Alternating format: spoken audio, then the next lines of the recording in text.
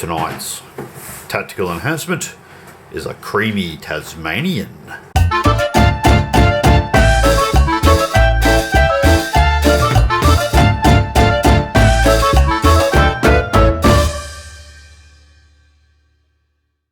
Tonight we're playing Warhammer, the old world, 2,500 points, and I've got Shaun with his Chaos Warriors. And I rolled randomly to see what army I would take, and I got these fucking lunatics.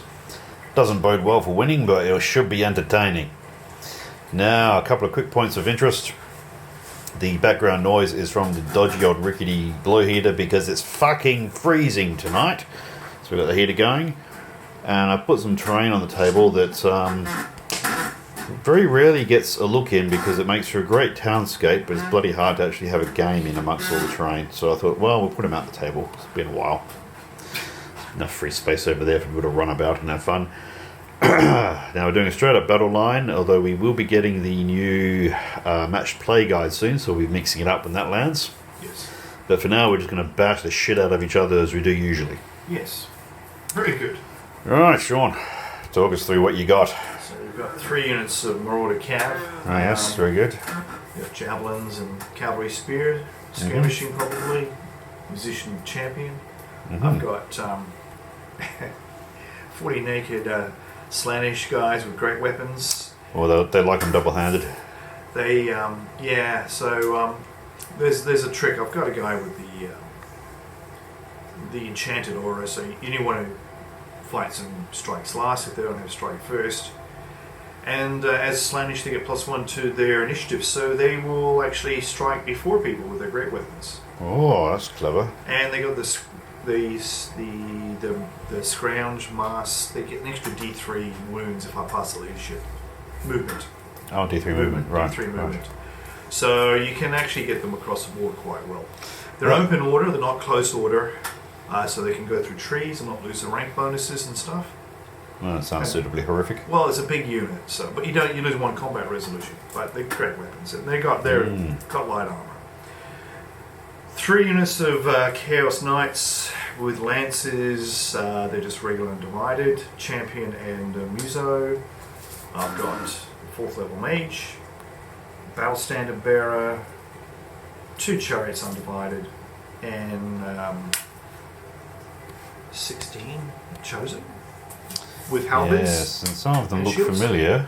Because I borrowed them from you. Yeah, it's a bit early to be turning coat there, you little bastards. What did I do to you to convince you that changing size was a good idea? Well, winning perhaps.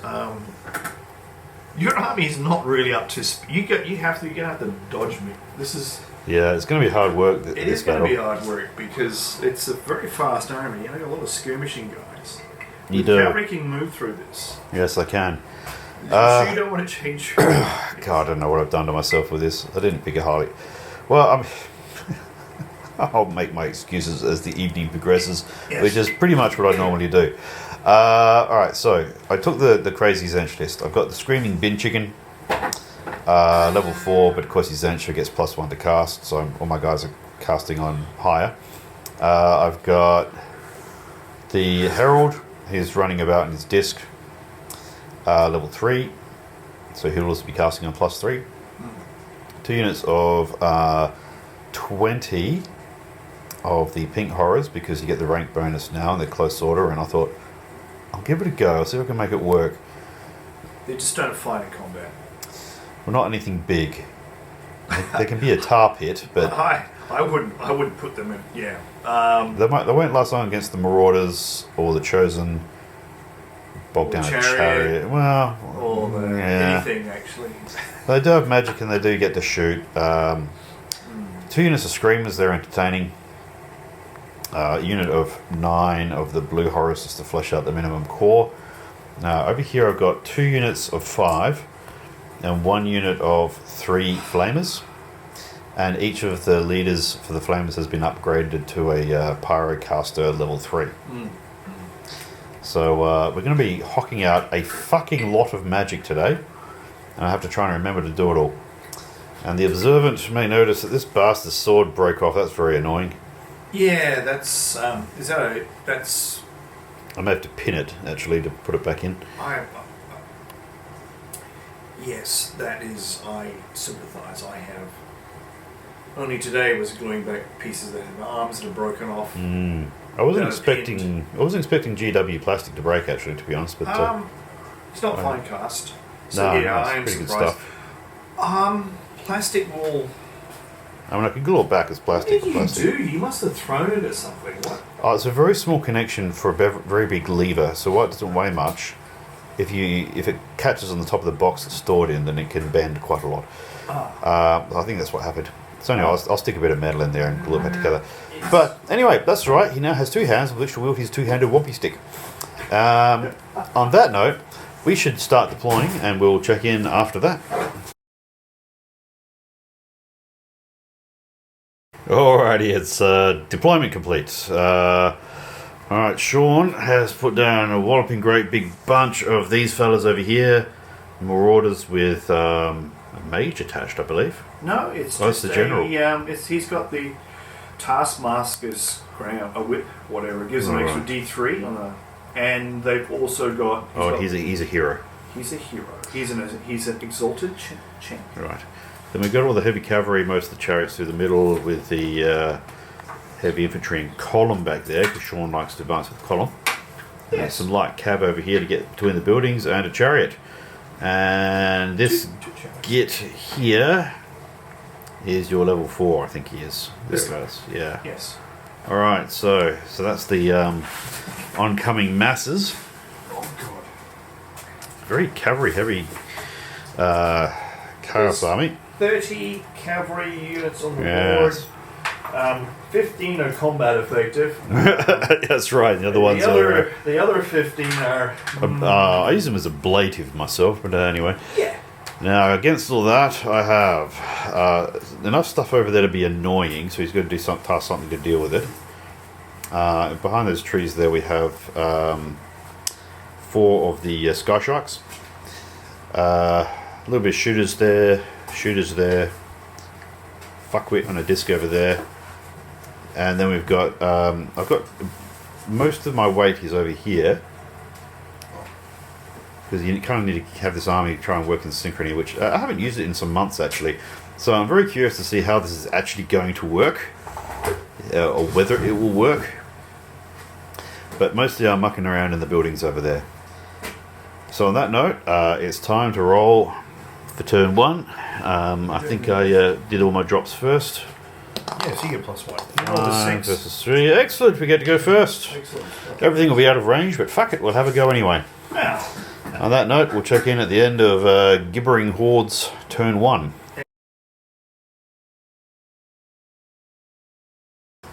Right, Flaming Bin Chicken, turn 1. We've advanced a little bit here, moved up behind the building. These sat still, these guys moved up to get a bit closer, and they're behind a brick wall. That might help later. Kept these guys steady, but we moved this slot up. What I did do was cast summoning at the Marauders, killed a few, and then we put a template in front of them just to make their life a little bit annoying. And we also hopped off fireball from this chap at these light cav. We killed 1. You haven't taken him off yet. Yes, I did. There was 6 there. There was 6? Mm-hmm. Oh, well, geez, that's unnecessary. Anyway, suffice to say, we did a rather good cast, and then I rolled fuck all for the number of hits, and we got the 1. But that's about it. Yeah, we have a vortex there, which will get in their way, bump off a couple more. But we've got a lot of work ahead of us. And now into Chaos Warriors turn 1, and I bet they're going to be coming right at us. Chaos Warriors turn 1. Bit cagey on the movement here. For some reason keeping all these chaps back here. I don't want them to die just yet. Yeah, well, there's a lot of shooty things over there, so that makes sense. Yeah. Now, the heavy cabs has gone barreling up the middle. A few skirmishes in the trees here. These guys just went and marched right through the template. You killed 4 of them. Yes. You roll well. Yeah. I mean, they didn't get any problems for dangerous terrain, but I did roll up rather well on the wounds. Made 1 save at least, by the second. Yeah, so I bumped off 8 of those pricks so far. Let me see. This guy's still with. This is a hero still with that unit. No, he's by himself. Oh, he's by himself now, is he? Yeah, He's a battle standard bearer. Yeah, Okay. why? He doesn't have to be with anybody. Alright, fair enough. You can shoot him if you want. I'll have a go later. The big news is he cast Seed of Shadows on these guys that were in column, and then Chosen. Yes, the Chosen, and then they marched, while flying them at 36 fucking inches. That was a good move. Dastardly, but a good move. It's very common with a lot of players now. They use it, yeah. and they buff their stuff. Like Angus is famous for doing it with his Empire Halberdiers. He puts a mage in it, and he flies around. Then he buffs them and charges in with, whatever number of attacks, and goes in. Yeah. Well, fair enough. It's kind of a case of as you would. Alright, well, I've got to do some manoeuvring now and get out of trouble. He tried to dispel the template. It's only moved 2 inches, muddled around in front of that big unit over there. But you need to roll a 7, not a 6. Yes, so it's still there. On that note, I'm going to figure out how to get out of some of this shit show and make myself useful. We'll check in at the end of turn 2. Yeah, after Hypercolor T-shirt turn 2. Turn 2, Gibbering Maniacs. Right, so we shuffled up a little bit. Well, they didn't really, but everyone else did. These guys moved into the building. This thing moved around to get some shots on these guys. These guys shuffled a bit to get some shots on these guys. They moved so they'll be able to get a charge out if they need to. He fell back because I couldn't get around anything. And these guys, he did, however, first do steed on this lot so they could move 12 inches and still get to cast as well as shoot.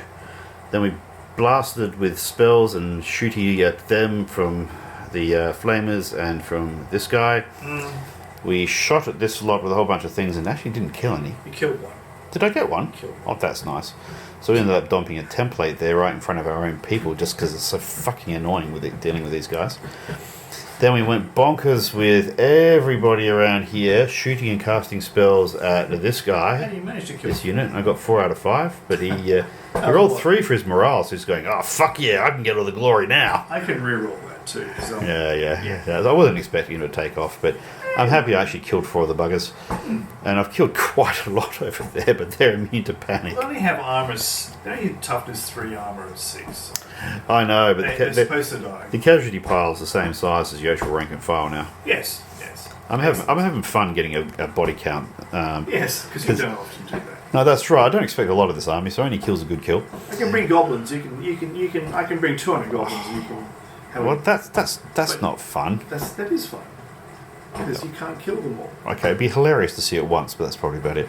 Anyway, on that note, there's a few things I didn't do, right? I didn't move out to here because that would either block my line of fire or put me too close to this guy, so I've got to be a bit patient. It doesn't come natural to me.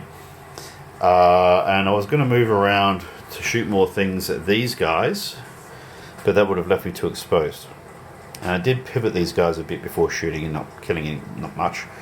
So that if they do get charged, which they probably will, they'll take it in the face, and anything which charges them has to go through a template, although that might move beforehand. So we will see. We'll see what happens. That's right. It's going to move. We'll check in on turn 2, at the end of turn 2, Chaos Warriors. Somehow, it's only the end of turn 2 for Chaos Warriors. These guys charged into here. They charged through that thing, so they've taken a few casualties just getting to me. This lot charged in here.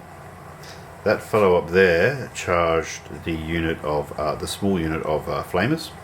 Now he wiped him out on the charge. He did a challenge and just rolled up. His 3 attacks got 3 kills and just bumped off the pyroclaster. Well, they got and they pushed off the table. Yes, the remainders got pushed back. They actually passed the leadership, but yeah. Anyway, shit happens. Here they bumped off 4. I didn't do anything in return. It's about what you'd expect, truth be told. But I did okay in the morale. Here, he crashed in. We both rolled rather crap on number of kills. And I had the leadership of this guy handy, so I didn't actually take any more casualties. So Yeah. that's not bad. No, you're doing well. It's holding. Yes. And there's a whole lot of manoeuvring. So this thing's coming over here.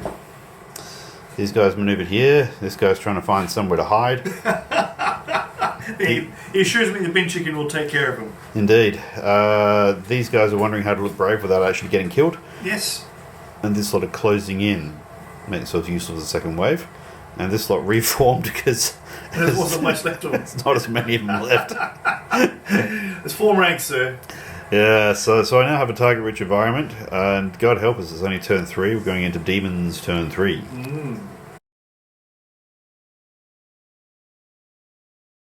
End of Flappy Demons turn 3. I don't even know what time it is, but it's been dragging on. Mixed results this turn. This guy fell back a little bit to be out of charge range of anything, and he blasted these guys with a spell again and dropped a vortex in front of him. So that's alright.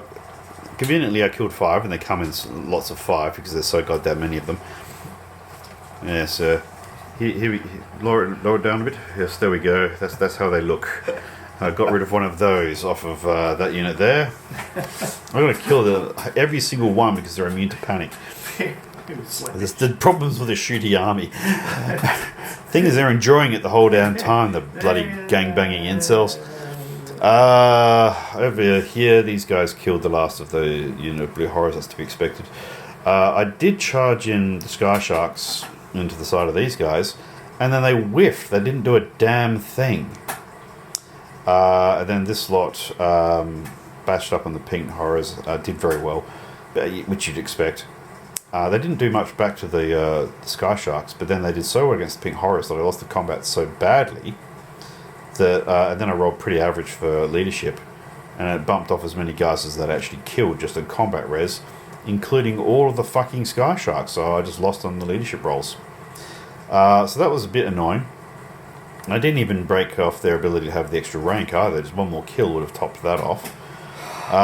So, and that would have been one less casualty on both sides and all that sort of shit. So that went rather badly. On the plus side, I dropped another vortex there, dropped a vortex here, I killed that last cavalryman. These guys did a spell that dropped the toughness off the chariot.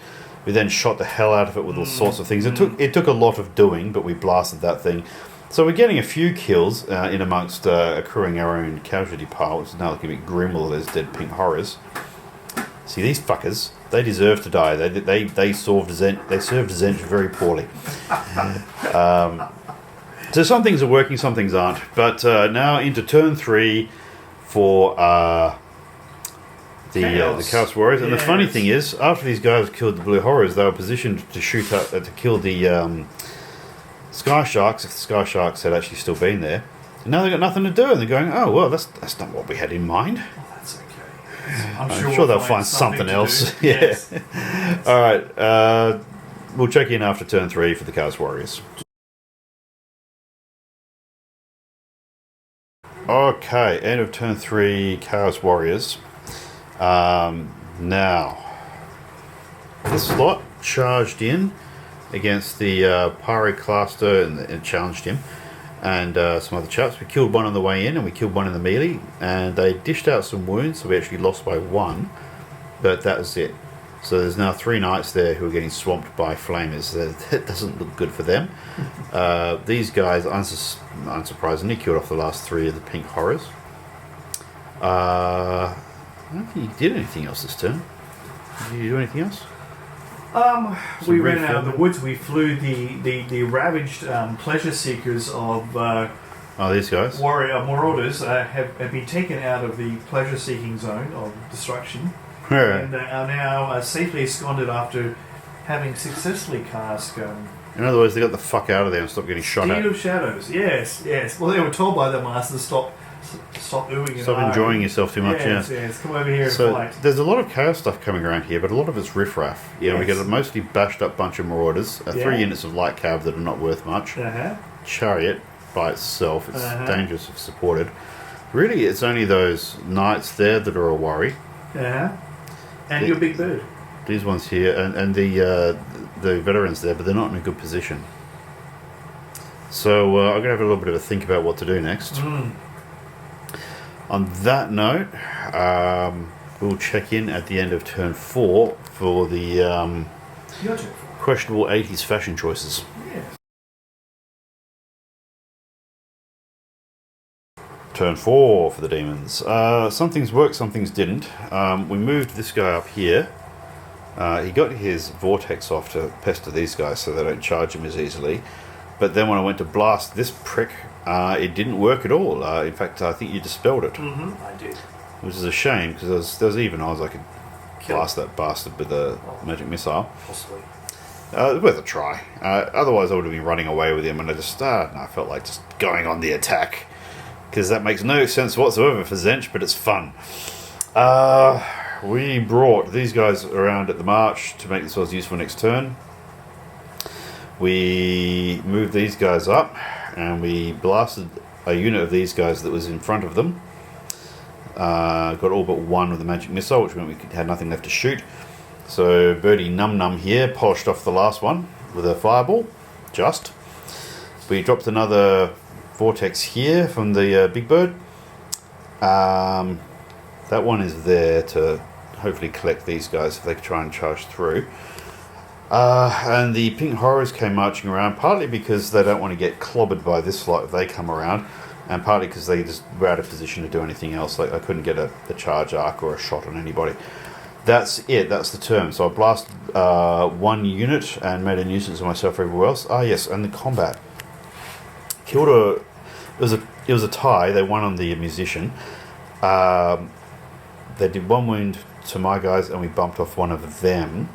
But there's a lot less of them, so they're down to 2 horses. 2 horses. And funnily enough, the challenge between the champion and my pyroclaster was a tie. Nothing happened. We did nothing to each other. That was good. Which is lucky. Well, he's only got 1 wound left. He is, yes. Yeah. He's in a big unit. I'm finding that actually these level 3 pyroclasters, big unit, you give them demonology. They've got their shooting, but then they've got a hell of a magic missile. It's working out quite well.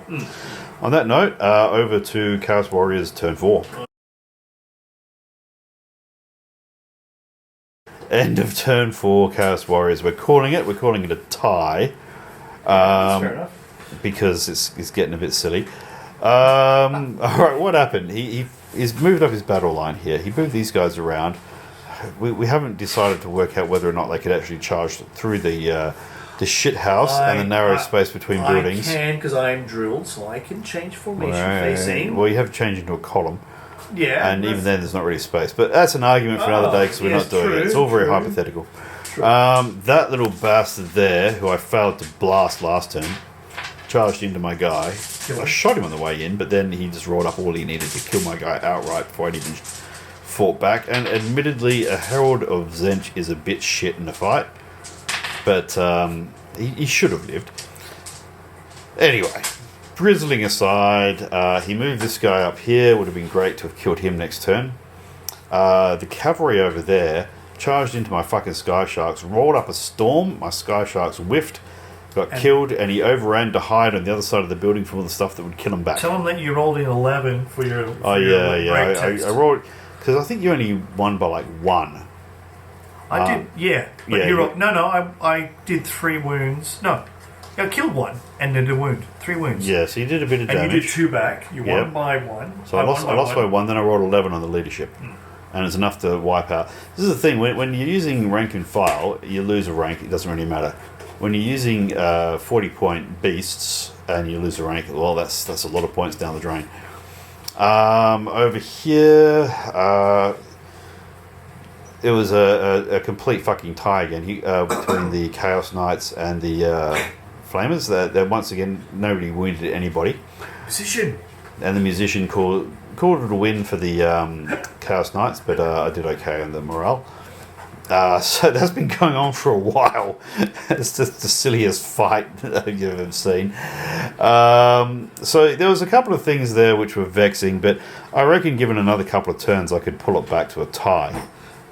I mean, things can go wildly in either direction, and frankly they have during the day today, but True. I think with 2 turns left and the balance of good stuff and riff-raff on the table, there's good odds of a tie. So we'll call it that. We'll call it a day. What have we learned? I'm still going to tell you need to mix your armies up. I think they just don't fight. You got to play more cagey. Mono Tzeentch is a weird fucking army to try and make work. You don't max it out with a lot of. You can. Well, this is the first time. Pretty light on being hard and stuff. This is the first time I maxed out on level 3. I had 5 level 3 mages on the table, and all demonology, all taking the signature spell. They actually did a fair bit of damage. It's not that maneuverable. You got a lot of shooting, but if I don't come to you, it's not really that good a range. No, the range is terrible.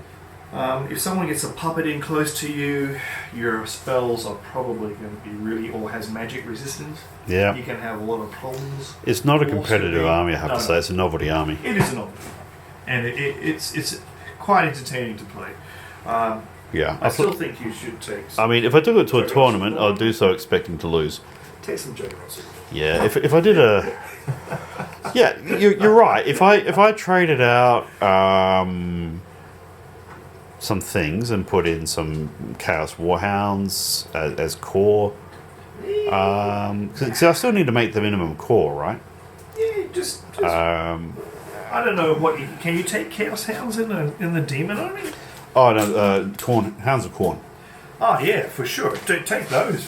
Bloody Yeah. hell. I mean, I'd have to trade out some stuff to get it, and minimum core, I'd maybe trade out half the pink horrors for a bunch of bloodletters. That's probably a good idea. Bloodletters are gnarly little fuckers in a fight. Yeah, and you need some. The thing is, you can then push them.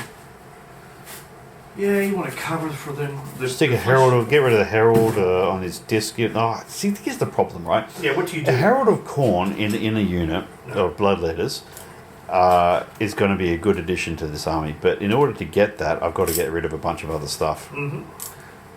But I just don't want to. I like to play mono. Yeah, I know. Which makes demons very hard to play in this edition.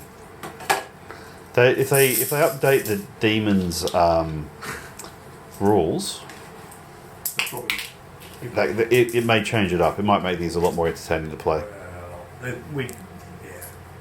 Maybe with Khorne anyway. It's a tough army to use. It used to be the cheese army once upon a time. I'm sure it was. The 8th edition rules, when I was looking at those, I thought, oh my fucking god, you just blast everything off the table. Yeah, it was. And you stick your pink horrors in a horde and they'll be there all day just bashing things 3 ranks deep in the fight. Yeah, and but yeah, the Chosen Warriors were really good. I think they were rock solid. They did everything you'd expect. Actually, we had a discussion about this because we applied the FAQ, which means that the second rank, when they're not charging, is in the fighting rank. But we were arguing over whether or not they count as being in base-to-base contact if they're behind someone who's in base-to-base contact, but they're not in base-to-base contact themselves. And my position is they're not, so they only get the one supporting attack. And my position is the opposite. Yeah, so he's saying if you're in base-to-base contact with the front rank and the front rank fellow is in base-to-base contact with the enemy, then you get all your attacks.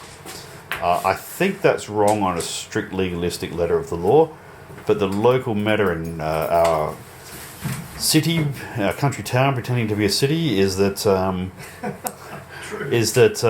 just locally in the local club, people are playing it as though you get all your attacks. So if you got 2 hand weapons, you get all those attacks. But that's also the meta. There's people in England that are playing it this way. This is where they're going on and talking to people internationally. This is what the internet does. Oh yes. They're getting their.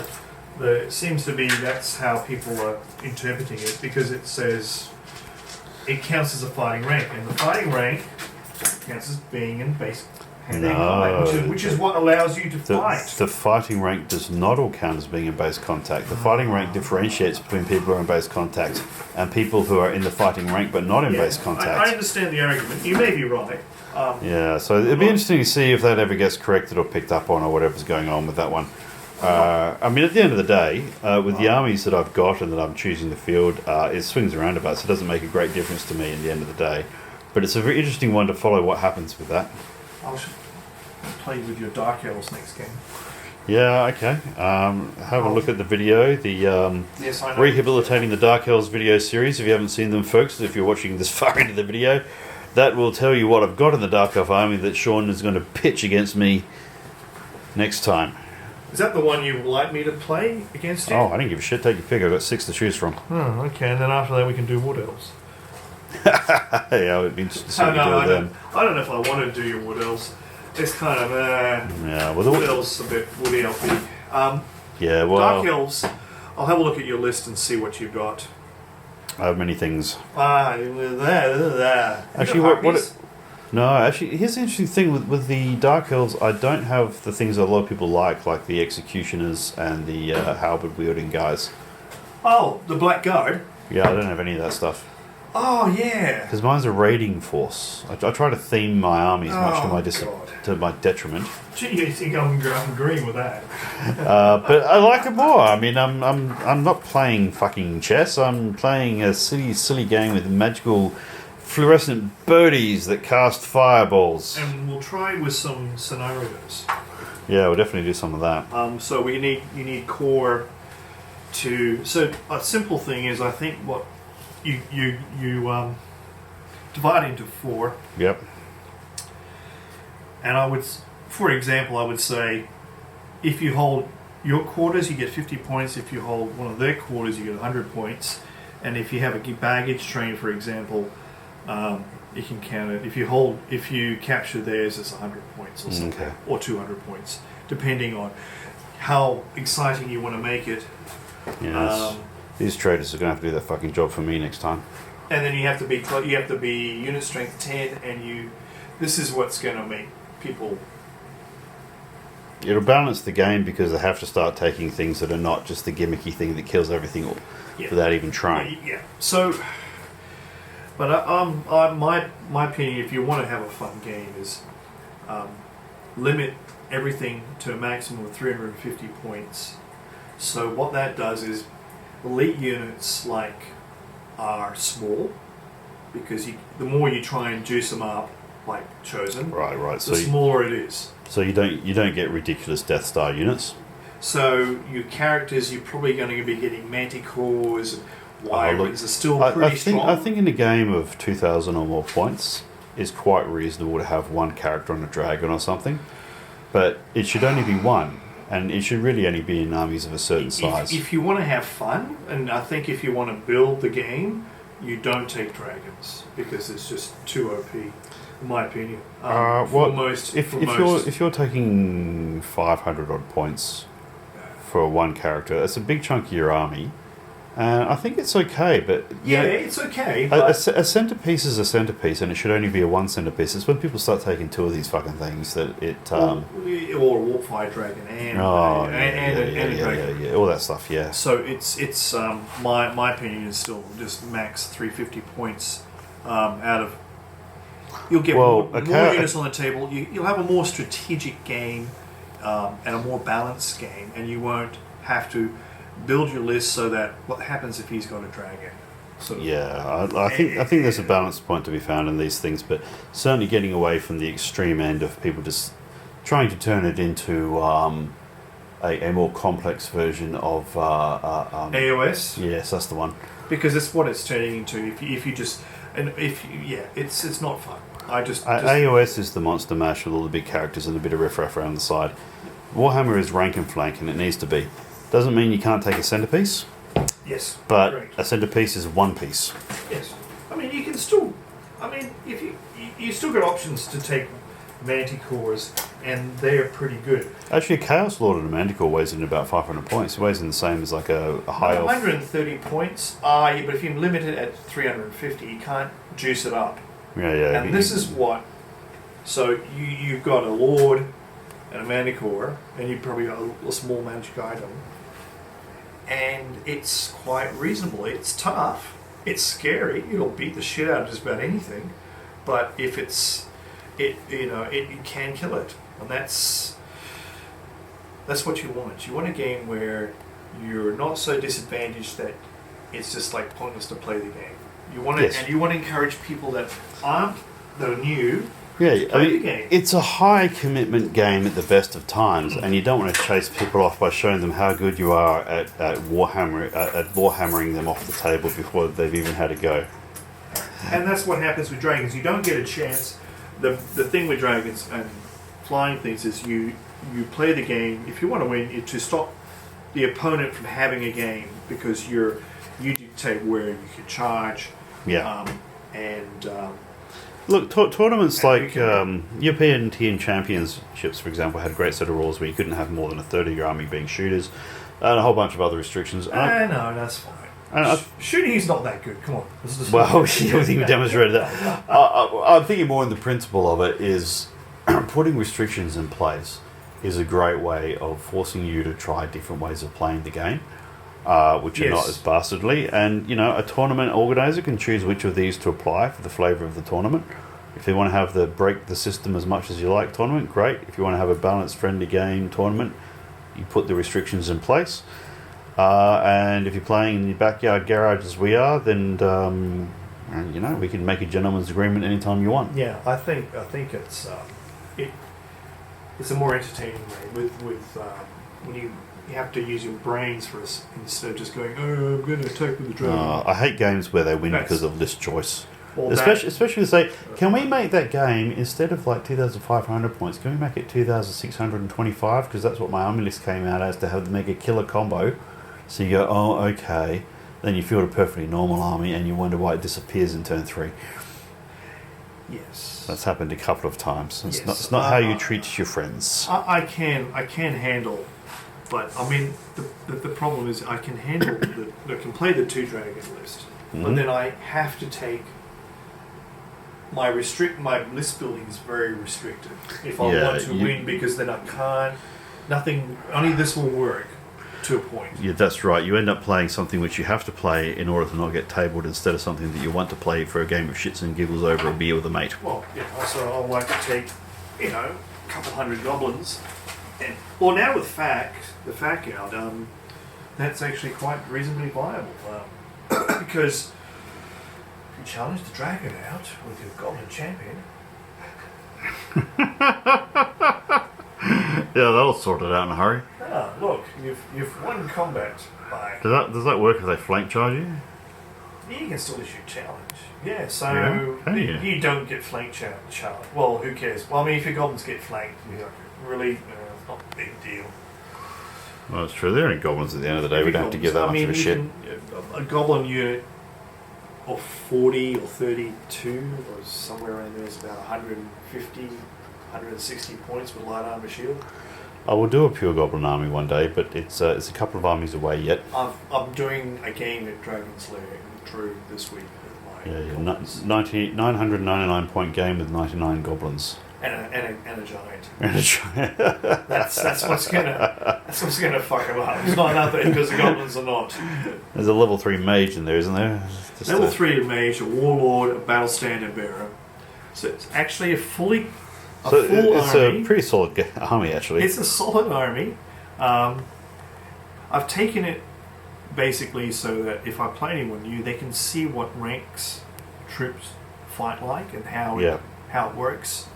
And I can maybe show them a few tricks, because I've got a few ideas of marching columns of goblins forward, because that'll fuck them up. What do you mean they move 12 inches? Yep. That'd be hilarious. But you can't charge. I don't care. You'll have to get them back in formation quick smart, otherwise they'll disappear in a hurry. But if they get charged and you've got...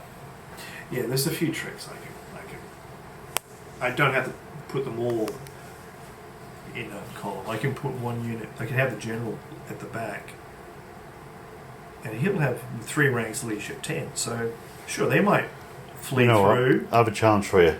What? Take some photographs, and then we can talk it through afterwards, what actually happened. Yeah, you're getting a bit late. Yeah. Look, for now, it's well past pumping the clock, so thank you very much for watching. Feel free to hit like, subscribe, tell your friends, This was a fun game. It was actually remarkably tactical. Wacky shit happened, but it's the sort of army combos where wacky shit will happen.